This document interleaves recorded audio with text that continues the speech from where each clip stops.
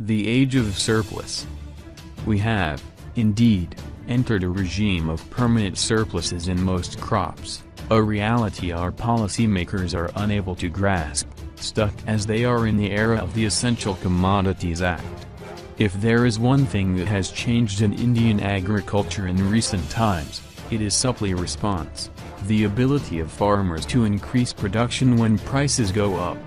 Traditionally, the supply curve in most crops was near vertical. No matter the price, the quantity harvested and sold remained virtually the same. Take pulses. Through the 1980s until the 2000s, the country's output averaged just over 13 million tons, mount, falling to 11-12 mount in droughts and short of 15 mount even in the best years. In 2010-11, pulses production, for the first time, crossed not 15 mount, but 18 mount even in 2014-15 and 2015-16, both drought years.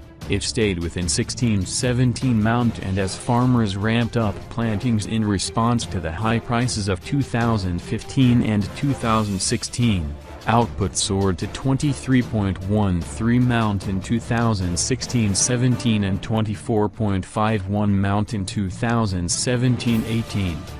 The new crop year from July will open with more than 4 mount of domestically procured pulses stocks in government warehouses, something never seen before. It isn't only pulses. In the past, sugar production typically took 2 years to recover from a drought. But 2017-18 will see output rebound to a record 32 mount plus, from a 7-year low of 20.26 mount last season. Thus, the old sugar cycle, where 3 bumper years were followed by 2 lows, is dead. Now, we have only 1 in 5 bad years. The same goes for vegetables. Last year, after drought in Karnataka drove up onion prices from July, they went past Rs30 per kg in Maharashtra's Laljan market by October. Farmers sowed aggressively during the Rabi winter season.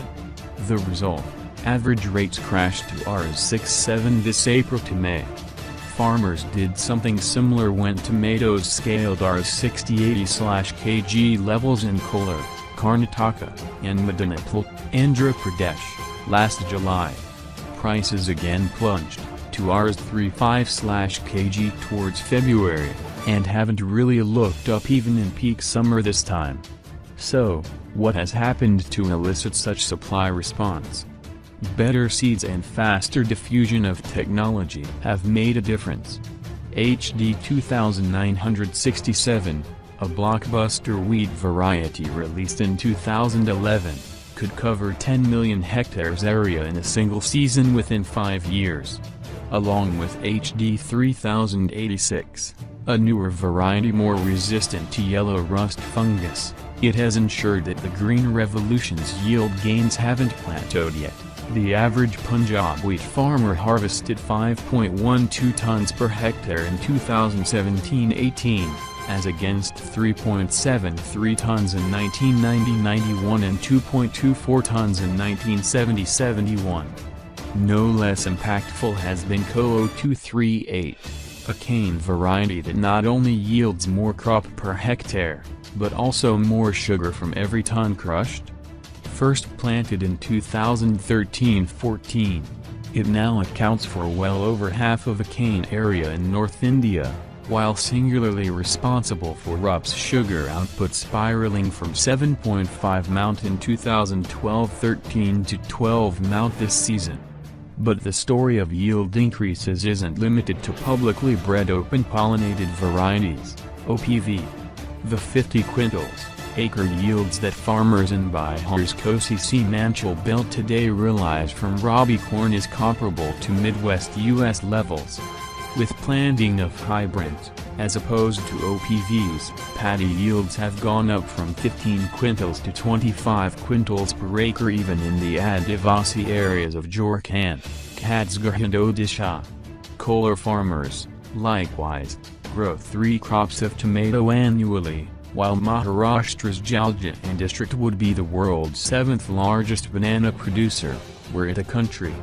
The technologies in all these, be it hybrid seeds, high-density cultivation using tissue-cultured plants, or drip irrigation, have been supplied by the likes of DuPont, Monsanto, Bayer, Syngenta and Giant Irrigation.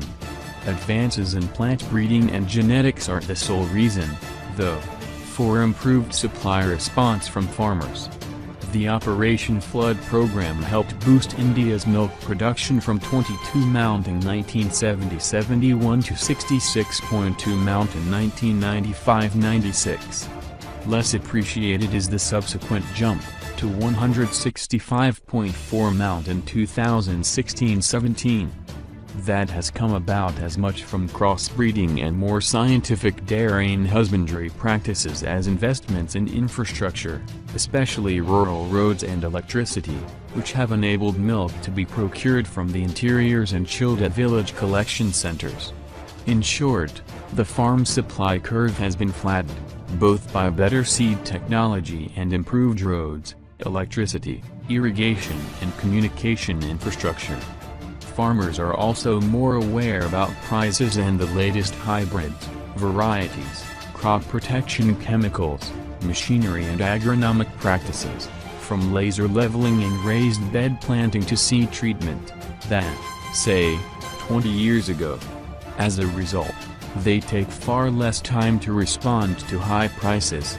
The flip side of a more elastic supply curve, however, is that it makes gluts commonplace and shortages temporary.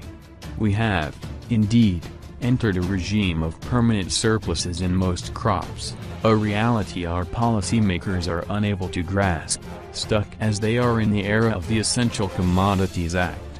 The moment prices now go up, the immediate reaction is to impose stock holding limits, allow duty-free imports, restrict exports and interstate movement of produce, and even let loose income tax sleuths on alleged hoarders.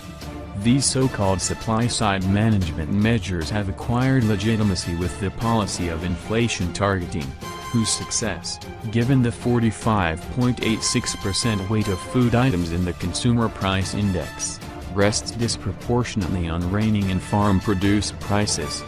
And adding the impact of demonetization on the predominantly cash-based produce trade, the liquidity crunch in rural areas is far from over.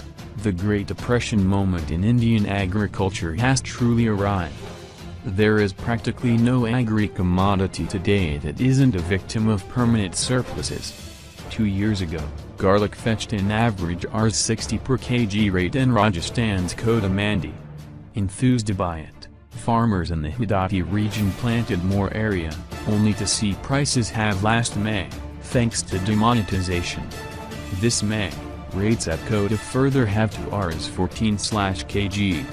In July 1932, an Iowa farmer named Elmer Powers wrote about hog prices collapsing to a third of their levels 5 years ago, how it had reduced him to resharpening old razor blades and using any kind of soap instead of shaving cream. That was at the height of the Depression. Then, too, U.S. farmers dumped truckloads of milk and cream on roads. It led to the Roosevelt administration passing the Agricultural Adjustment Act, whose chief goal was restoring farm purchasing power. The time has probably come for a similar New Deal for the Indian farmer.